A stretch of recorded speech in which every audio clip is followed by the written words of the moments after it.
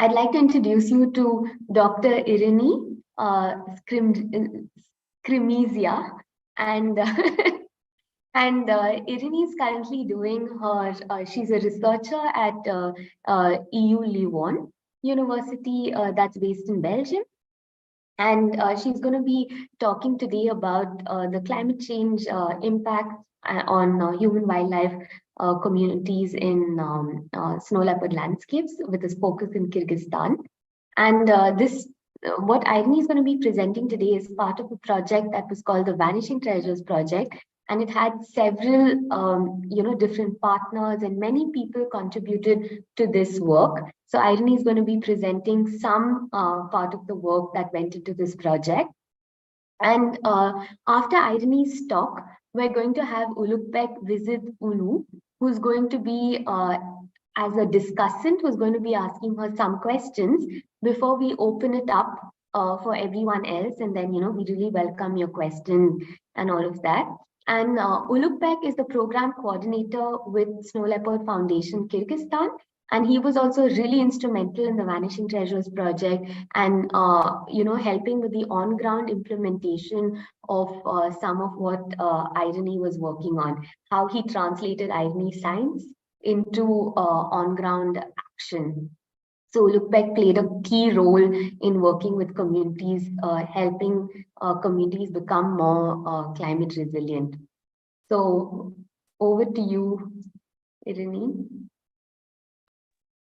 Yes, thank you, Ranjini. I will share now my screen. Thank you again, Ranjini, for the introduction. As Ranjini mentioned already, I am a postdoctoral researcher currently working at KU Leuven, and I'm focusing on the social aspects of climate change, of socio-ecological vulnerabilities, and on the climate change development nexus, I would say a lot, in the sense that in the view of many, not only researchers, but practitioners and policymakers, and I believe the civil society, we cannot look at climate change without looking at other issues of sustainable development, especially, including biodiversity conservation. And in this presentation, I will try to bring together this complexity. As Ranjini mentioned, indeed, this work was part of the Vanishing Treasures project, and I participated from my side on the climate risk assessment conducted for Tajikistan and Kyrgyzstan for this project, while the researcher in URAC Research in Bolzano in Italy. So I need and I want to acknowledge the contribution of many excellent colleagues there, and especially of Mark Shebis, who is also the director of the Institute for Earth Observation there. So I'm bringing this presentation together with all the work and representing also, I believe, these colleagues. So yes, let us begin. As you had seen in the announcement, we will talk today about climate risk for mountain communities, and I'm talking about humans in this case, and about the implications of this climate risk for the communities to human wildlife. I will put it interactions on a more positive way to think of it, and how these are changing in the context of climate change. But first of all, what we should look at when we want to understand and address the climate change snow leopard nexus in Central Asia. And in order to do this, in order to address this, I always like to use this, this nice illustration from partners in the Vanishing Treasures project from Grinar and Dahl. You can see also the publication in case you want to search for it. And this illustration actually tries to show this complexity that I talked about earlier. And it shows actually the direct and indirect impacts of climate change on the snow leopards. And in short, as you can see in the blue side of the illustration, the increasing temperatures, especially in summer, and the erratic rainfall in Central Asia due to climate change may directly, first of all, affect snow leopards. You can see there the lines on the physiological impact and the lower water availability impact on the snow leopards. Nevertheless, the impact of climate change on snow leopards is expected mainly to be manifested not in this direct way in terms of physiological impacts, but through changes in the ecosystem side if you look at the green side. So we are talking about changes on vegetation in terms of composition, productivity, and phenology. And these changes will determine both the habitat of the snow leopard, which, for instance, because today I will use the example of Kyrgyzstan. In Kyrgyzstan, it seems that by 2070 will decrease probably by 1 to 2%. But also this change in the ecosystem will affect the availability of the snow leopard prey. And this is a major way in which climate change affects indirectly the snow leopards in the end.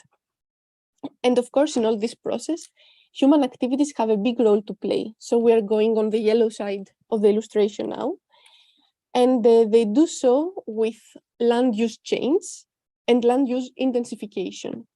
And for instance, because of the expansion of agriculture or because the expansion of the livestock sector, as we will see for Kyrgyzstan, and with land use intensification because of overgrazing of pastures, for instance. And all this contribute both to habitat fragmentation, but also to pasture degradation that, again, thinking of the important indirect impacts on the snow leopard, the pasture degradation would possibly have an impact on the prey, on the available pasture for the prey of the snow leopard. And this is another way that indirectly the snow leopard is affected. And together with this, and I'm not being exhaustive here, I'm trying just to show the main interactions that play out there. In more direct interactions, human-wildlife conflict might increase, human-wildlife interactions, let's say, might increase in the future, as due to the changes in the climate, grasslands and the croplands are expected to expand and to move upwards in elevation, which could potentially mean a more direct competition over resources between the livestock and the snow leopard prey, but also more frequent probably interactions also with potentially the snow leopards. And while I tried very quickly and very briefly to showcase a bit of this socio-ecological complexity of the issue, in this presentation, and what we did for the Vanishing Treasures, I will focus more on this human activity side, on the indirect, in this way, on the more indirect also impact on the snow leopard, and always in its interaction with the rest. But the focus of the analysis has been on the human activity side. Here, I'm not going to say much, but this is a map just in order to start having some context about also geographical speaking today's presentation. It's a map showing the change, the expected and potential change of the habitat of snow leopard over Central Asia. And what is important to mention here is that, and excuse me for my accent here, my spelling, that the Tian Shan, Pamir, Indu, and Kush Karakoram mountain ranges that actually go over Tajikistan and Kyrgyzstan as well, which was our project regions, are one of the potential climate refuges for the snow leopards. And this, I wanted to highlight it because this also shows it is kind of a call for establishing nature reserves and providing some targeted conservation measures for snow leopards. And that is why it's very important to try to connect the discussion on climate change and its impact on both ecosystems and humans and societies with conservation goals.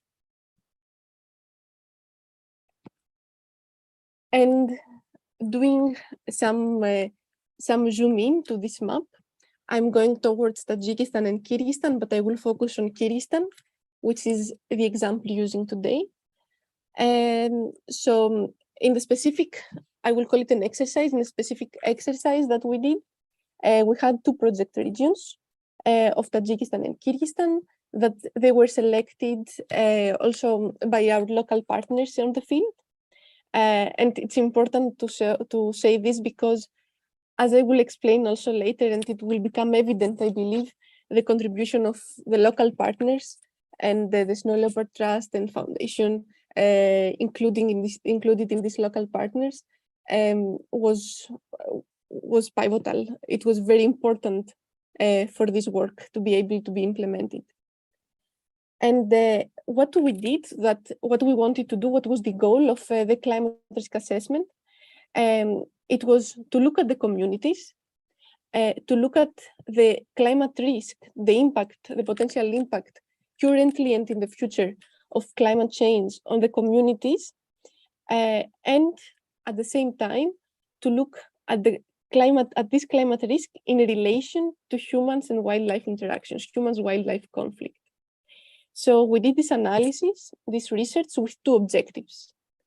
First of all, the aim was to understand climate risk in order to promote sustainable land use, water use, and livelihoods under climate change conditions for the communities. And doing this while being embedded in a framework of sustainable development. So while trying at the same time to address and minimize potential conflicts, current and future, between biodiversity conservation and communities' livelihoods, also in a context of a changing climate. So this climate risk assessment was done having the communities as the center, but finally, the final goal was, through the understanding of this climate risk for the communities, to also explore opportunities that make both development and conservation climate smart and climate proof.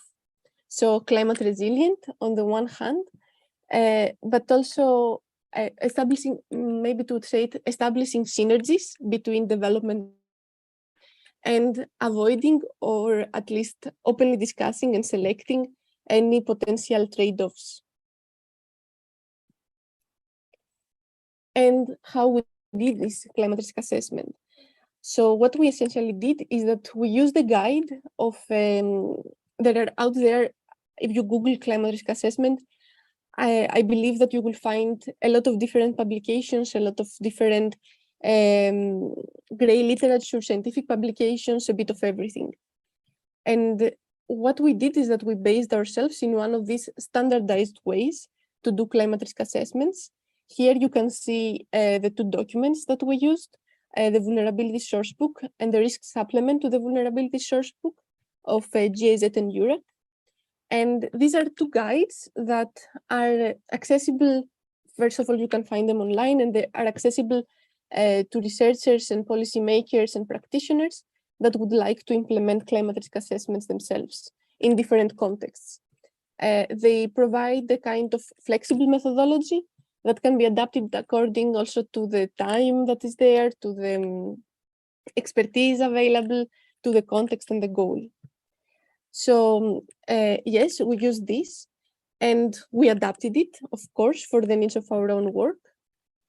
And the main, I would say the main element that we picked up from this standardized climate risk assessment and was to be mentioned here is the impact chain.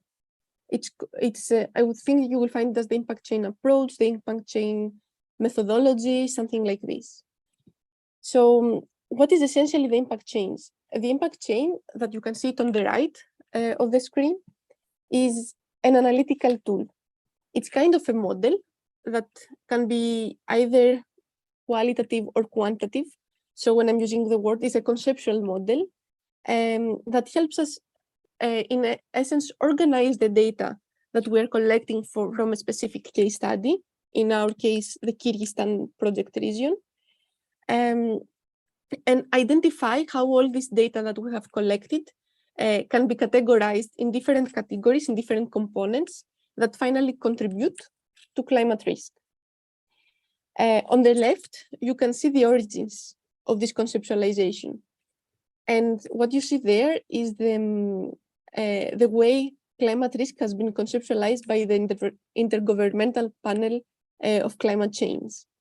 And this has been translated into the impact chain.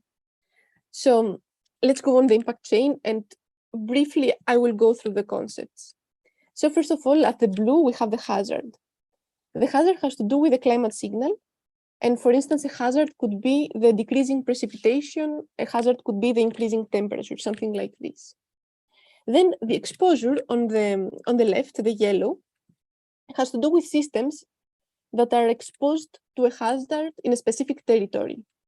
For instance, in Kyrgyzstan, with the very important livestock sector, for sure an exposed system would be the livestock. Another one, if we're focusing on agriculture, for instance, it is the arable land. It is a matter of choice and a matter of goals, but also a matter of what kind is the case study that we have in front of us. And then on the other side, we have the vulnerability. The vulnerability has to do with the elements coming either from the physical side or from, and mainly maybe from the socioeconomic side, that make this exposed system more susceptible to the risk, that contribute to the susceptibility of the exposed system to the increasing temperatures, for instance, and to the final risk.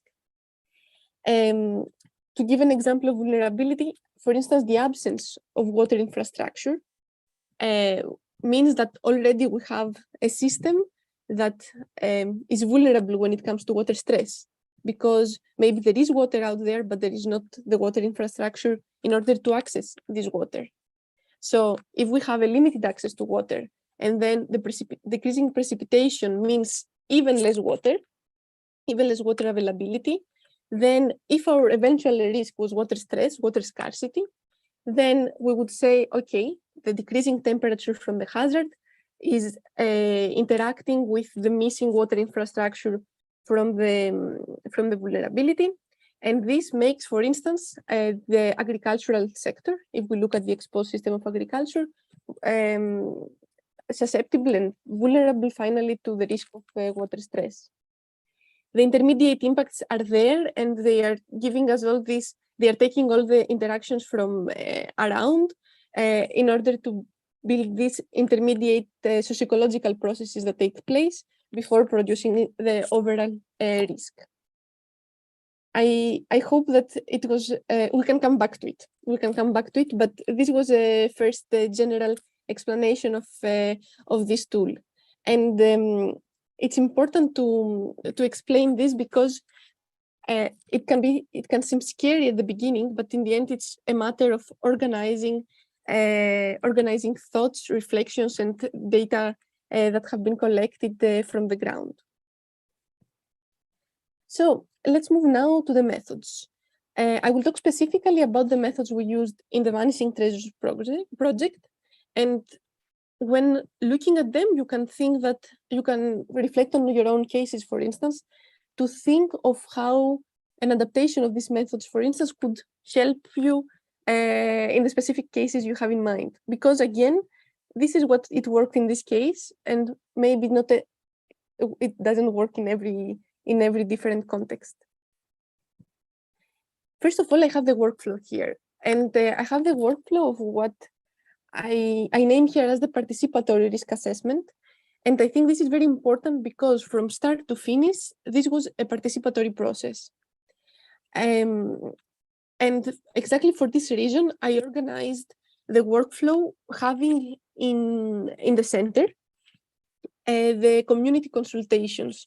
The community consultations were essentially workshops, focus groups that took place in Kyrgyzstan, that took place in the field over the time span of 1 week.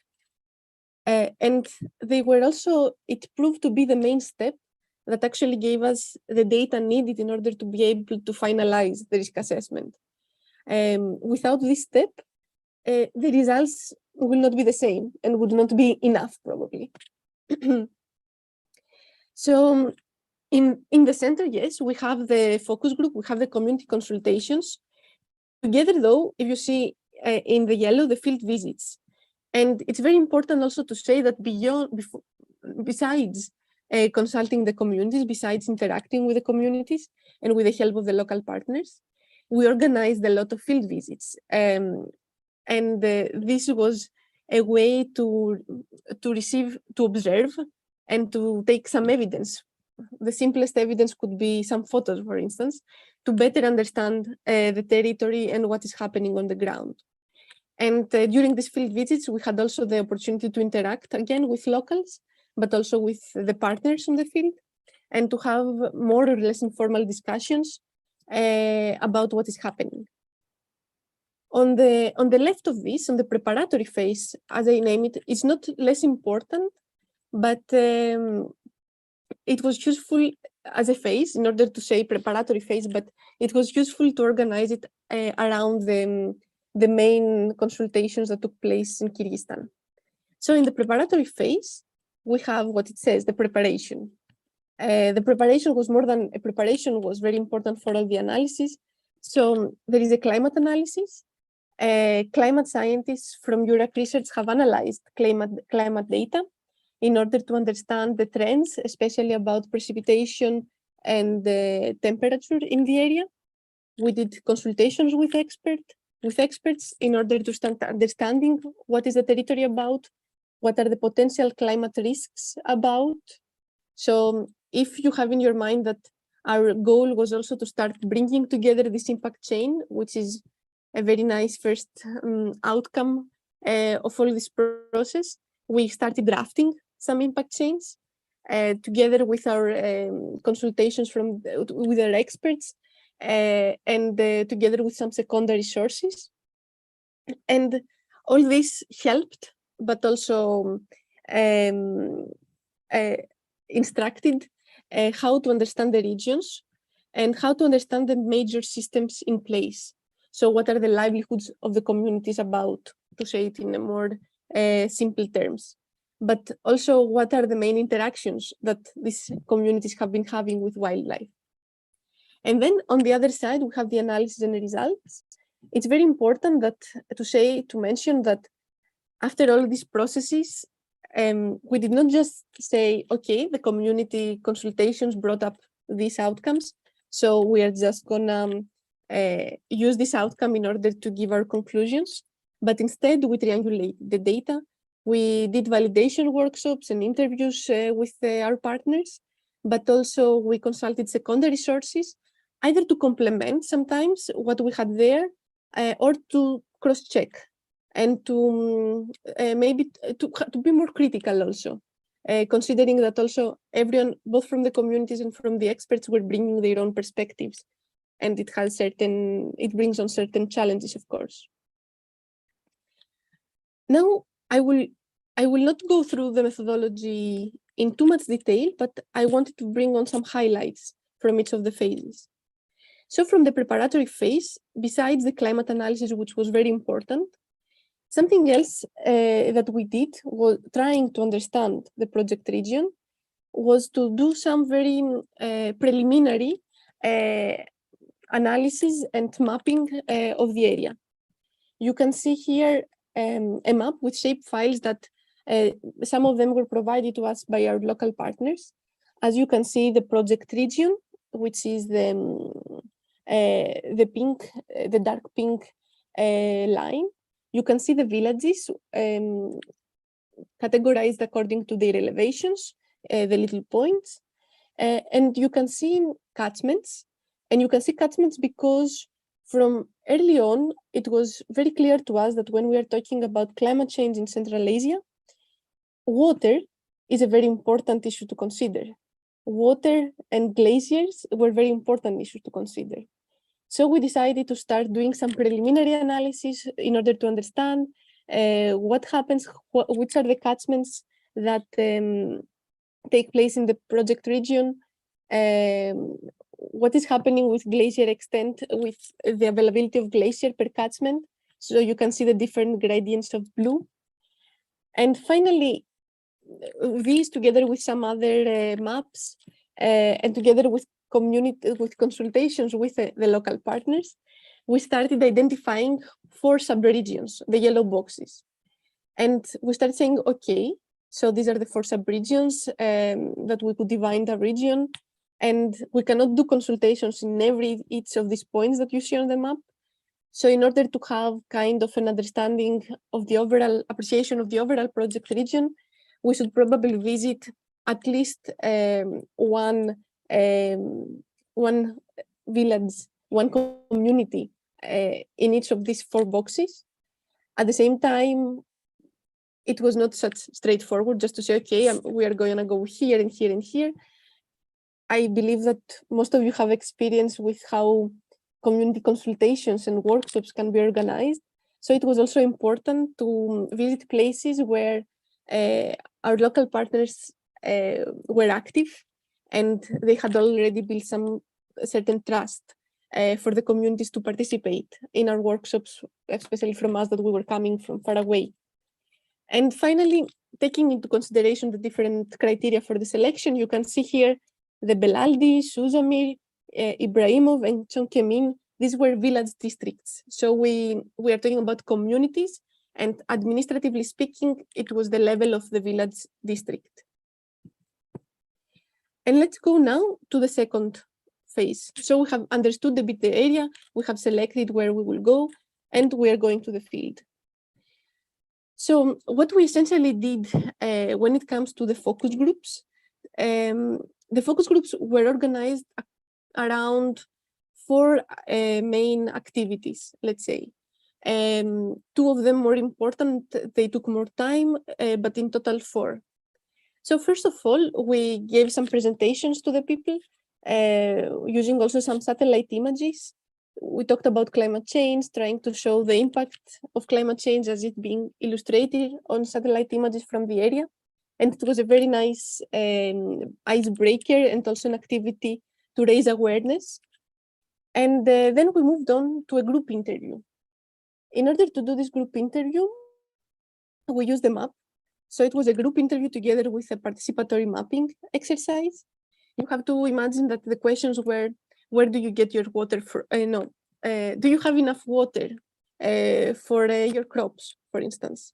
And then there was the follow-up question, okay, can you show us on the map, where do you get the water from?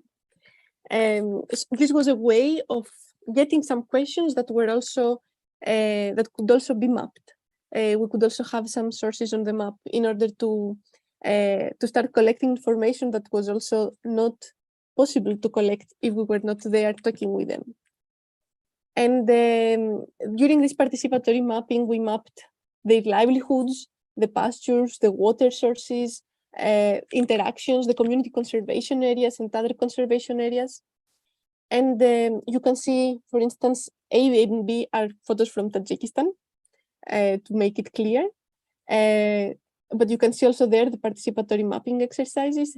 In the sea, you can see here a gentleman showing to us where are the summer pastures, the winter pastures, and everything. And then if we move on to the D and T photos, it's the other exercise, the participatory voting. So after we had discussed about their livelihoods and about what is happening in the area, we had identified 3, in this case, main climate risks. We had an idea also from before, but during the consultations, we started validating this idea. And we were asking the people to rate these climate risks for the current and the future situation in terms of importance, according to them, in terms of intensity, and in terms of how important it is to them to take some action about them. And after doing only this, we had a discussion, an open discussion, bringing here also the issue of the interaction with the wildlife. And we did this as we are not experts on the specific issue. Here, the help also of the local partners was very important in order to see how to address the issue. And we did an open discussion and more open discussion about how all the things that we discussed before relate to the issue of interactions with the wildlife. And then it was also that some adaptation options and some conservation options were also a bit being discussed. Here, it's just an example, the interview guide, the way we had organized the interview guide according to the main exposed systems in order to talk a bit with the language that I used before. So for our case, we had identified that to understand the livelihoods and to understand the impact of climate change on the livelihoods of the people, we had to talk about more general about the village, the socio-demographics, characteristics of the village, infrastructure, remittances, and all these things that seem to characterize and to be important for the life in a community in rural Kyrgyzstan. Then an important exposed element and livelihood, the pasture and the livestock together. The arable land as something more about having to do more with subsistence and food security. The surface water supply, including here water infrastructure availability. And this because, as I told you from the beginning, it was quite clear that a focus on water was very, very relevant for the area. And of course, a human-wildlife interaction section. So we had these themes, these groups of questions, all of them relating to the map. And in the end, going back, in the analysis and results phase, I just wanted to bring here some contents from the reporting. And this because I wanted also to show, okay, in the end, what was the tangible outcome that contributed maybe also to the work of the local partners that are working on biodiversity conservation. So in order to report all of these results, the report is quite straightforward.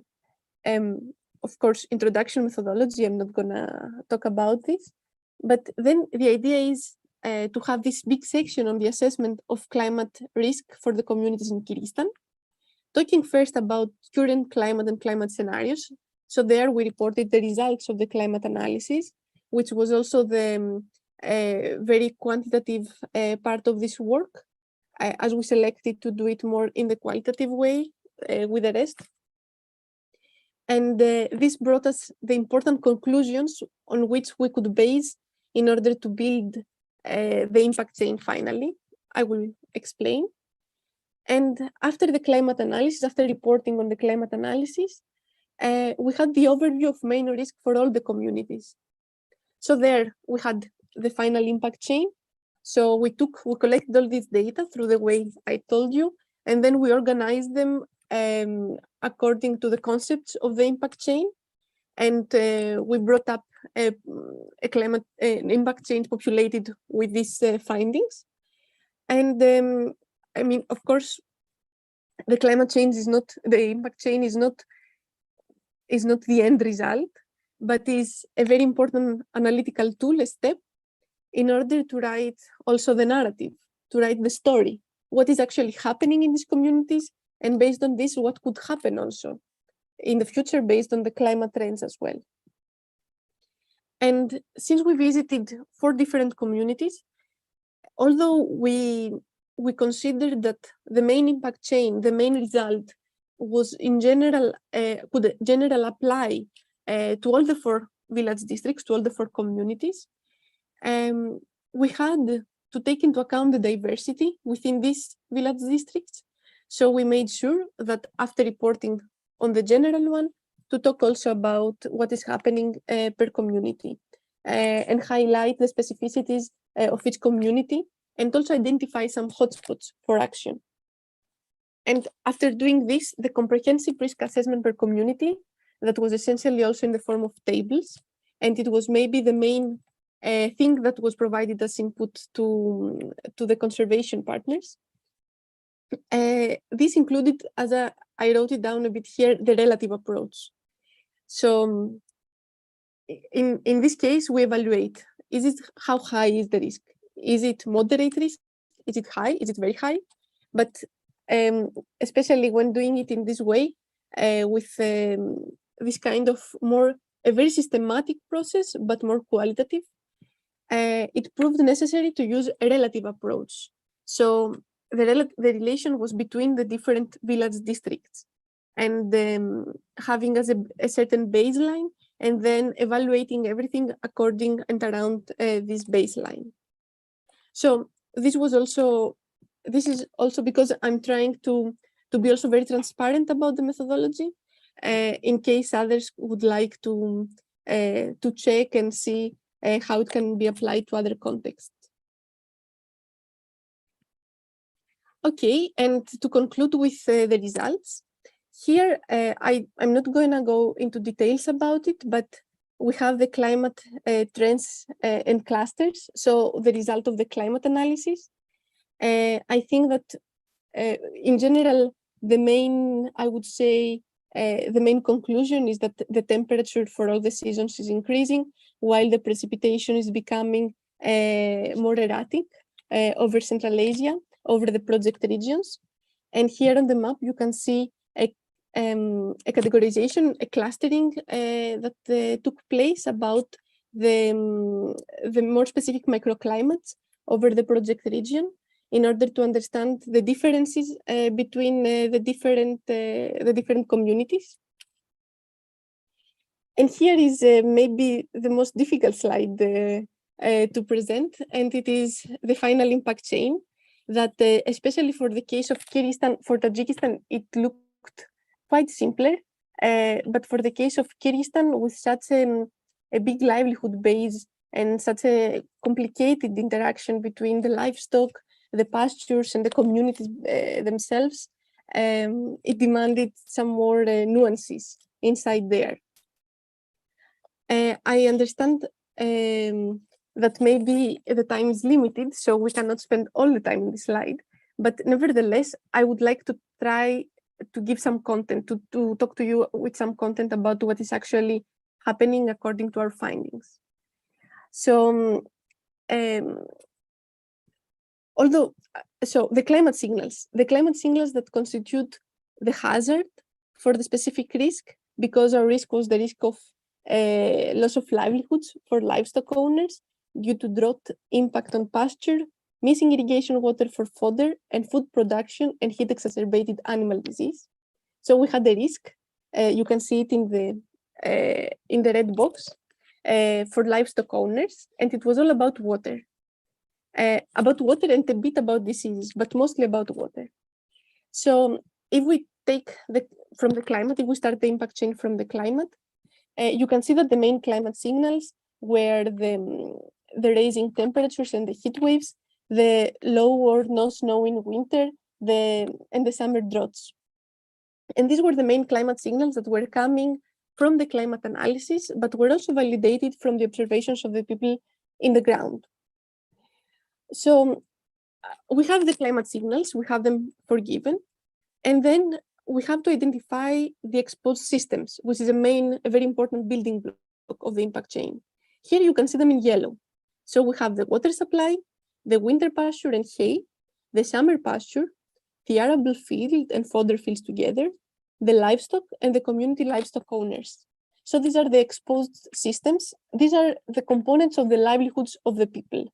And they are exposed to climate change, both physically, but also because people value these systems the most. It seems they value these systems the most when it comes to their livelihoods. And these exposed systems are impacted by climate change, and their impacts can be seen in the gray boxes.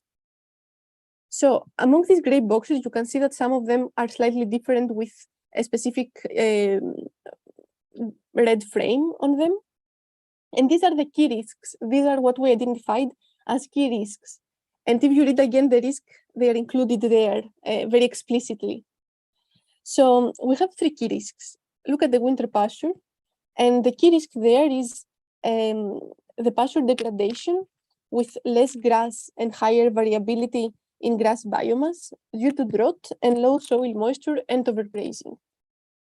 And then at the arable field, if you look at the arable field, we have the lack of fodder for livestock and food production due to drought again, and lack of surface water and insufficient water infrastructure. And if you look at the livestock, we have the heat exacerbated incidence of animal diseases. So we have less grass in the pastures, both due to drought, but also overgrazing. We have not enough fodder for the livestock. And here, missing water is the main element that plays a role. And then we have heat exacerbated incidence of animal diseases. These were the main key risks. And if you notice, when I'm talking about these key risks, I'm not just talking about climate, but I'm talking also about other things, for instance, overgrazing. And this is coming from the socioeconomic side. So this socioeconomic side is included in the green boxes. And for the pasture, especially for the pasture, the overgrazing proved to be a very important vulnerability factor for the livelihoods of the communities when we're talking about climate change. And this because there are, that these people have been nomadic people, have been moving between pastures also according to the seasons. And while the concepts of winter pastures, summer pastures, spring pastures still exist, what we observed is an overuse of the winter pastures and of the middle summer spring pastures, let's say, which these middle spring pastures have become de facto summer pastures. So the livestock is constantly between the winter and the middle pastures, middle because it has to do also with the vicinity of with the villages. The winter pastures are inside the villages or around the villages, the middle a bit further and the summer further. So what we observed was a more stable lifestyle. I'm not going to enter now into the reasons, we can discuss them in the questions and answers. But this was a very important factor contributing to the overgrazing, but also sharing of pastures and conflicts between the communities. And this, of course, has to do also with an appropriate pasture management due to very weak institutions with the lack of enforcement power about, but also lack of organization about what should happen actually on the ground. When it goes to the arable field and fodder fields, the absence of water infrastructure and governance was identified as the major vulnerability factor there. So I gave already a hint before talking about water that exists but is not being used. And when it comes to the diseases of the livestock, this we should be very careful not to attribute it to climate change, as there are other factors that seem to play a role there. But it seems that the warm weather exacerbates this kind of incidents of animal diseases. And of course, in the diseases, the veterinary measures and everything like this plays an important role. And it was identified as an important vulnerability factor. Sharing of pastures or the introduction of livestock from other countries without proper management first would help exacerbating animal diseases. And all this was happening in a context of livestock owners that really wanted to increase economic growth, personal at the community level, and against a very fragile, it seems, socio-ecological background. So we are talking about a growth-oriented strategy, both at the personal and at the community level. And this also brought another vulnerability factor, this low diversity of livelihoods, having this monoculture of livestock breeding, and in a certain way making them much more vulnerable to climate change. And then on the purple box, in order to conclude, you can see the human-wildlife interactions box. And here it is very important to say that snow leopards were not regarded as a major threat according to the current situation in the area. And there was a generally harmonious relationship between the communities and the snow leopards. But there has been a certain observation of an upward moving of the livestock towards the very far away summer pastures that were until recently remained unused. And this could be an intermediate impact of the increasing of the temperature and of the change in the snow cover. And this brings the livestock closer to the habitat of the snow leopard prey. And it seems that increases competition for resources. And all the village districts that we visited reported, as I told you, pasture degradation. and at the same time reported increasing livestock numbers. So the situation can eventually become a vulnerability factor when it comes to human-wildlife conflict. And at the same time, the situation is even more difficult in cases where there is no steep terrain that was found to be a terrain that could be a refuge for the prey of the snow leopard, as the livestock cannot access the specific terrain. So we had certain villages, certain communities that had this terrain and certain that did not. And I highlight this because also you can see how different it is the final, how the impact chain is general, but at the same time we have to take into account the more specific situation in every single village. Here I have some photos for you to see a bit the scenery, but also some photos in order to see evidence of broken water infrastructure, some attempts for livelihood diversification with the beehives. In C, you see Kargana, I think Karagana is mentioned. It's a possible indicator, they say, for pasture degradation, but you can also see the hay that is collected for the winter months. And here you can see an example of a village, the Ibrahimov village district. You can see the winter pasture, as I told you, closer to the village, the summer pasture a bit further away, I mean, the de facto summer pasture, and the remote pasture that was used as summer pasture in the past, but has started to be used also today, since 2021. And I use this example of this village because it's very interesting. It's kind of an early warning. It could be considered, let's say, an early warning for other villages. You can see that the winter pasture is already degraded in the proximity of the village. You can see that the summer pasture, the one that has been used as summer pasture, has already signs of degradation.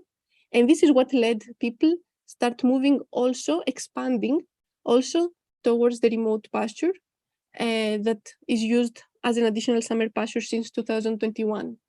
And with the increase of the livestock numbers, this, beyond the degradation, it was also something that was needed. And the very interesting with all this is that these kind of pastures are overlapping with a conservation area. And the human-wildlife interactions are expected to increase as people are obtaining this area more and more, are staying in this area more and more. And this is for the same village district, the final table. As I told you before, it's kind of a comprehensive risk assessment that happened in a relative way between the villages. And you can see the way the different key risks have been assessed in terms of high, moderate, very high. And here, what is interesting to mention is that the final appreciation of the risk is coming based on our data analysis and collection and triangulating the data. We have the risk assessed by the communities as a cross-check in order to explain also the confidence of the assessment. But we had also our information from the local partners, from secondary sources, from our own analysis for the community consultations, and we came up with this table per village.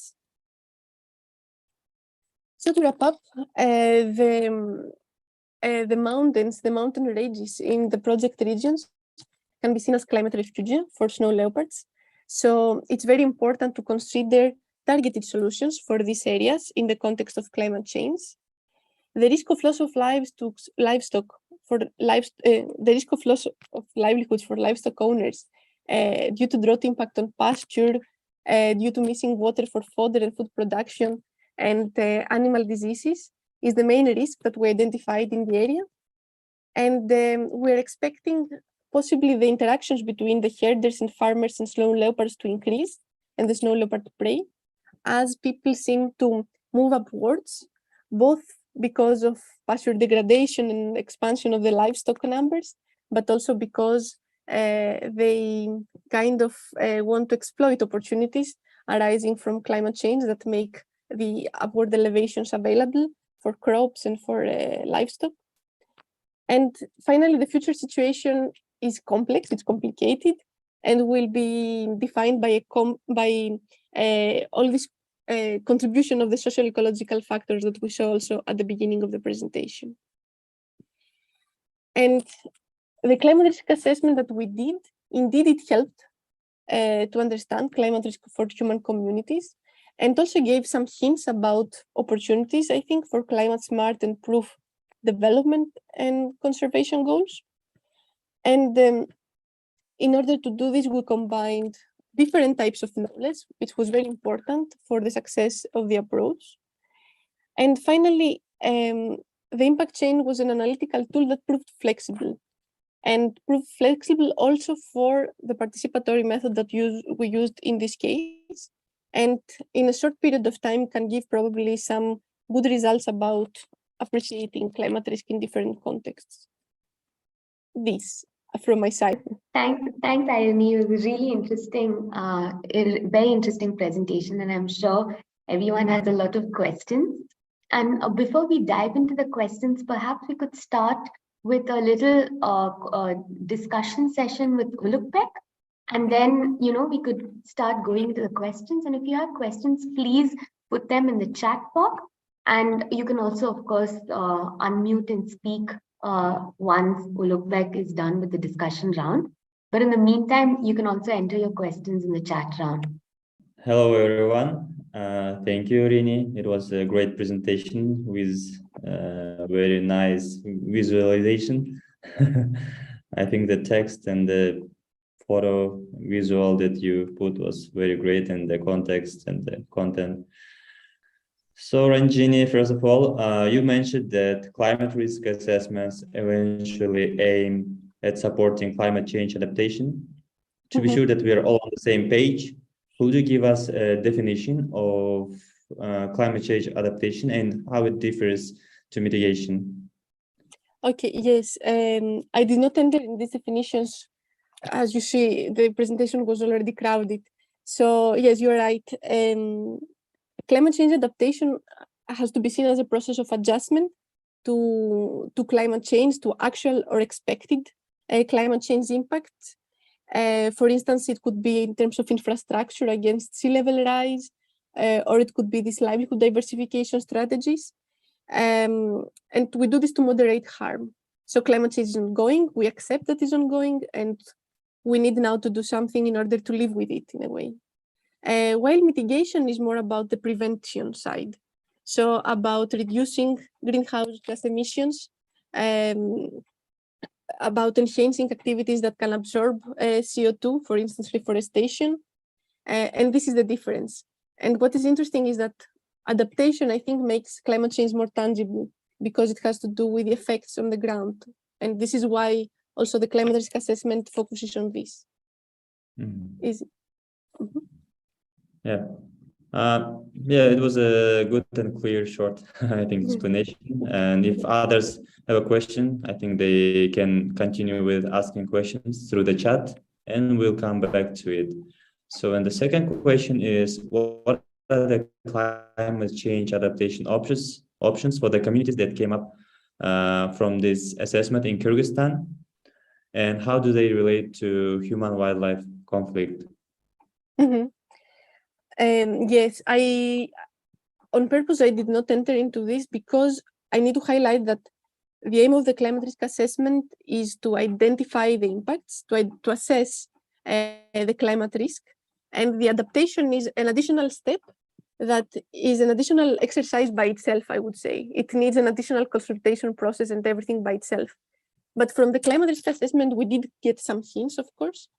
So I think it became clear that water infrastructure and water governance, for instance, are issues that have to be considered very important when we talk about adaptation to climate change, because they ensure the access to water, both for the current and future situation.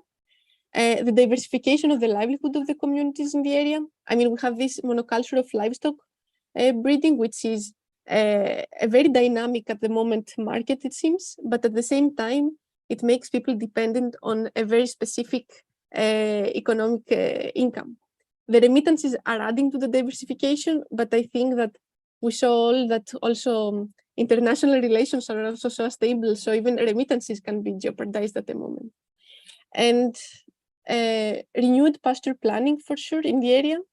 I mean, if we want to be realistic, we will not expect everything to change when it comes to the livestock sector in Kyrgyzstan, but a renewed pasture planning could seem to be a very good step towards managing the resources in a more sustainable way, which also could make them less vulnerable to climate change eventually, because we would have healthier pastures, for instance, at least. And of course, now I'm talking to conservationists about this, and this is another important aspect, that these are some adaptation options for the communities, but we shouldn't consider them by themselves. And here is where I invite all the conservationists, for instance, to reflect how this could impact the conservation goals.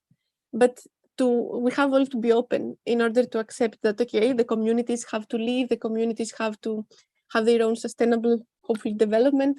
The conservation goals are there, so we need to discuss adaptation options within the context also of conservation, within the context always of climate change. But this is what we came up with, but with a lot of question marks about their actual effects on the ground. Thank you, Eirini. Again, you're great. So I want to again say that if you have questions or want to add some comments, suggestions, or maybe you can have something to add, then you can also add it to the chat.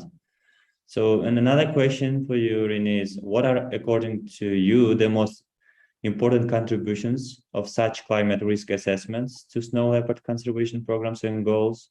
And are there any other ways to use the results of the climate risk assessments? Yes. Yes, I would say that in the context of the project, the most important contribution was probably that it informed the partners in conservation, also the Snow Leopard Trust and Foundation, about what is happening in terms of climate change in the areas of interest, what are the trends that we see, what are the challenges that we see, and how to either to filter conservation interventions that they had already in place, thought of, or to develop new ones that could be more climate smart and more climate resilient. I would say that in the context of the project, maybe this was it. At the same time, I'm thinking that maybe with the community consultations, as it was a participatory method, we brought the opportunity also to further engage with the communities for the total project as well.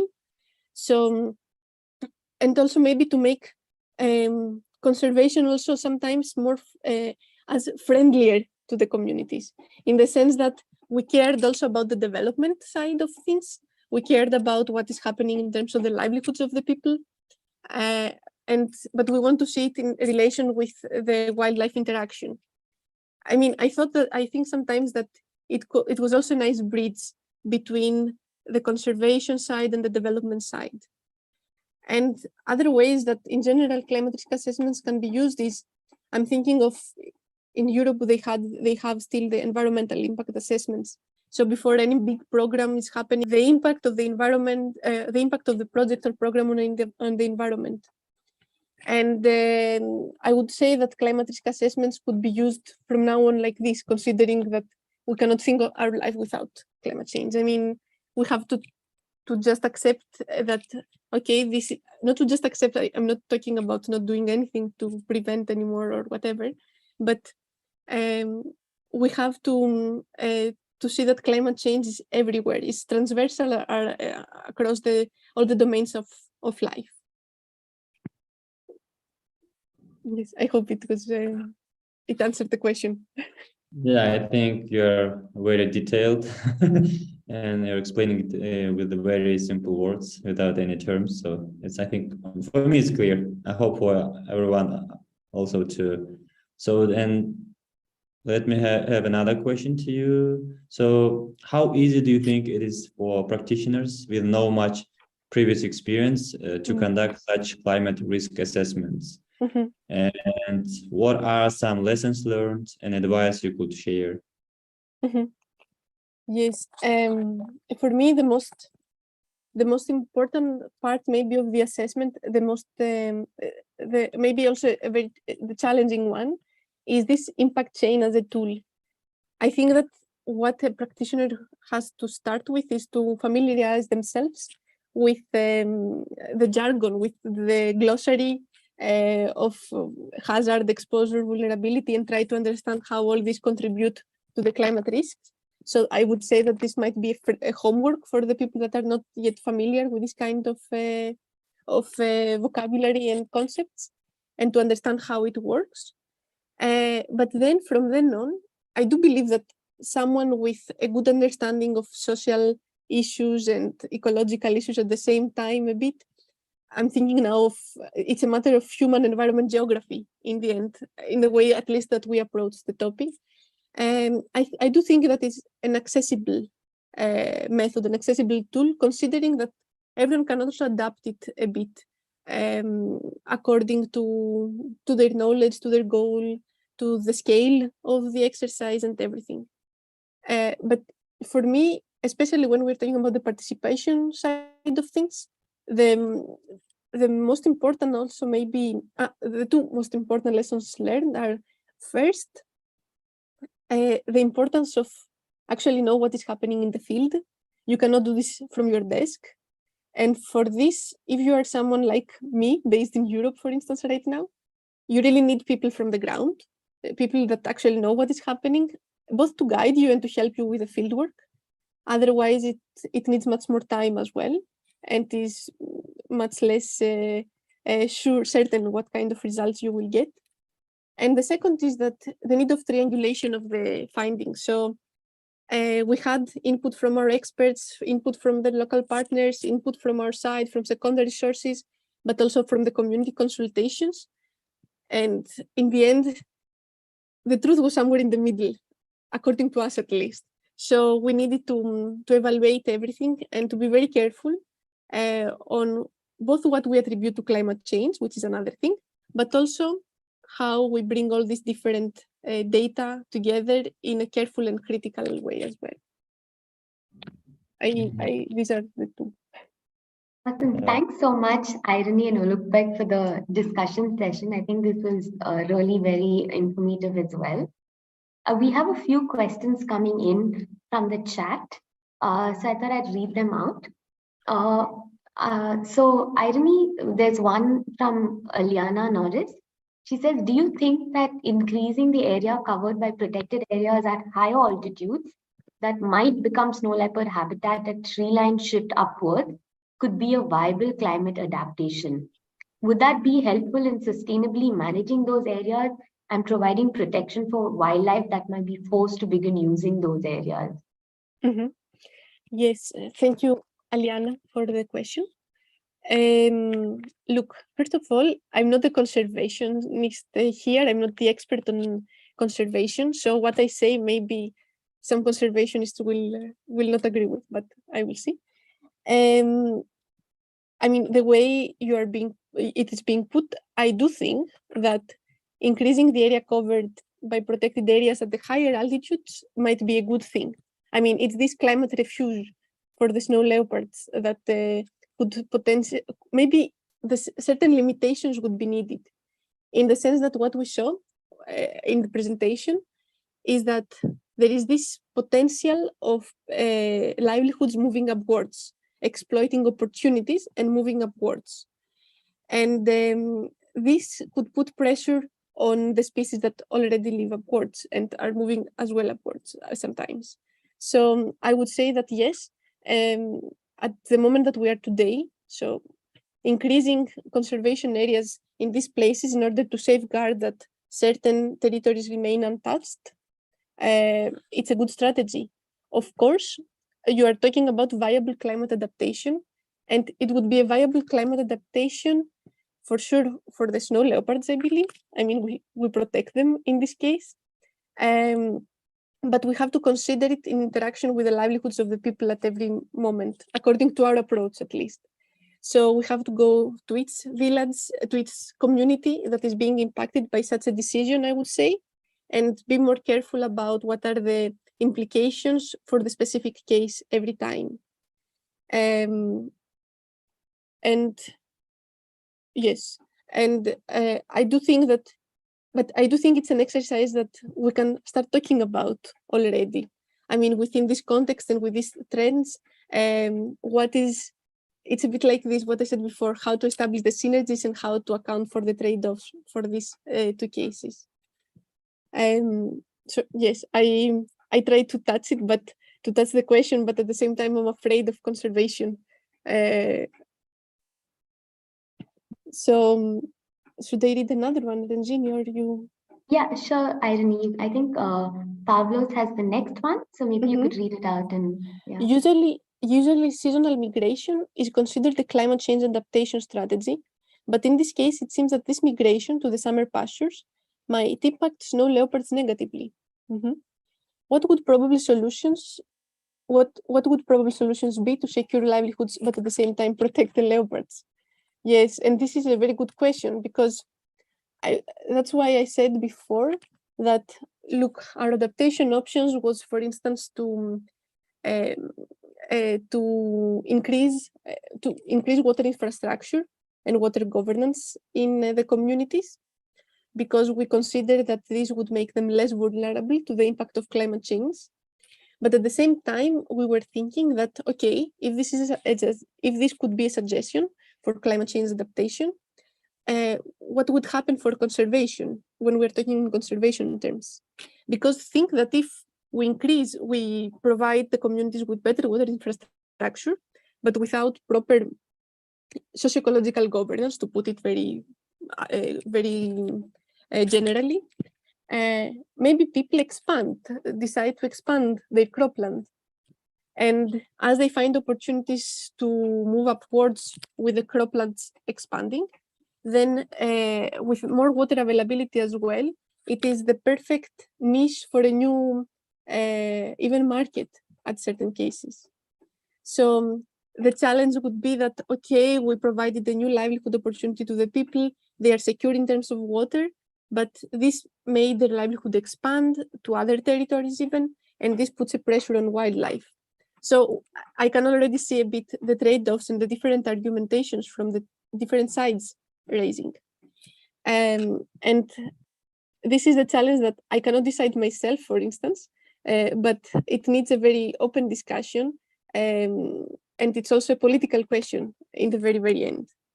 But it's true that seasonal migration has traditionally been considered a climate adaptation strategy. I'm not putting the change, but it was traditionally a way to adapt to the changing seasons, to the changing climate.